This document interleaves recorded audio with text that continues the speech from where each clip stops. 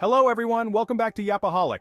Today we're diving into a fascinating conversation about something that affects every one of us, our money. Specifically, we're going to look at what sound money is, why some argue it's crucial for a free society, and what steps are being taken to bring it back. So grab a cup of coffee, sit back, and let's explore why gold and silver might be more important than you think.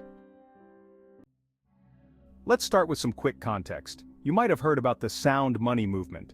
This is a movement dedicated to restoring the use of gold and silver as forms of legal currency, basically creating options beyond just the dollar in your pocket.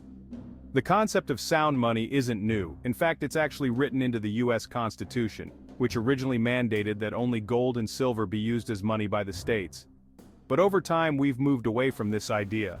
Today, everything we buy, sell, or save is controlled by one type of money, the Federal Reserve Note, also known as the US dollar. One major turning point in this story came in 1913, with the creation of the Federal Reserve. Then, in 1971, President Nixon closed the gold window, effectively ending the gold standard. After that, the dollar was no longer backed by gold, and we entered a world of fiat money, currency that's valuable because the government says it is, not because it's backed by anything tangible. Here's another critical point we don't often hear about: the importance of having gold reserves to back any issued gold certificates, whether by a private entity or the government. This was a foundational principle of sound money. In the past, if you held a gold certificate, it meant you could go to a bank and exchange that certificate for an actual ounce of gold. The certificate wasn't just paper, it represented real, tangible value sitting in a vault somewhere.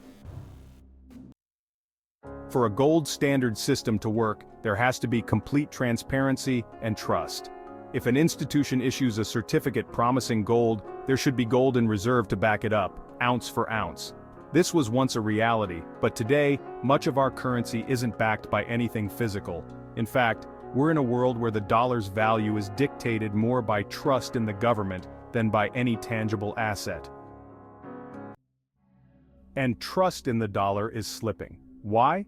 Because people see inflation eroding their purchasing power, and they're left wondering if their money will buy the same things tomorrow that it does today. Historically, when people can't trust their currency to hold its value, they turn to assets like gold, which have a track record of maintaining purchasing power over time. Globally, we're seeing more countries and investors questioning the reliability of the dollar. Some nations are even developing gold-backed alternatives to avoid the risks of inflation and currency devaluation.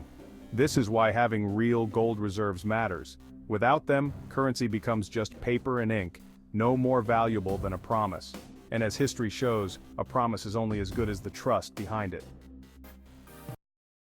This shift in trust is why advocates of sound money argue for a return to a system where issued currency is backed by physical assets like gold or silver. It's not about nostalgia, it's about accountability. Imagine if we had a system where every dollar or gold certificate could be redeemed for actual gold. That's a system based on transparency and true value. A system that holds institutions accountable and ensures they don't overpromise with empty assets. But why does this matter to us today? Well, look around. Inflation is high, the cost of living keeps rising, and yet our dollars don't stretch as far as they used to. Advocates for sound money argue that these problems stem, at least in part, from an over-reliance on a currency that loses value over time. Sound money proponents, like organizations such as the Sound Money Defense League, believe we need alternative options to counterbalance the risks of fiat currency. Their vision is clear: restore gold and silver to their historical roles as money, removing taxes and regulations that make it hard for people to use them in everyday transactions.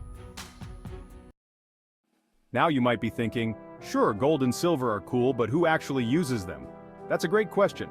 In some states, initiatives are underway to make it easier to buy, sell, and even invest in precious metals. For example, Utah passed legislation allowing people to use gold and silver as money without sales tax. And other states are starting to follow suit. There are now only a handful of states where you still get hit with sales tax for buying precious metals. And the push isn't just at the state level. There are bills in Congress proposing to audit U.S. gold reserves, remove capital gains taxes on gold and silver, and make it easier to hold real assets as a hedge against inflation. It's not just here in the US that people are exploring alternatives to the dollar. Internationally, countries are looking for ways to diversify their reserves, with some even considering gold-backed currencies to challenge the dominance of the US dollar. All of this brings us to a big question. If gold and silver could play a bigger role in our financial future, should we be looking at them more seriously as part of our own personal finance plans?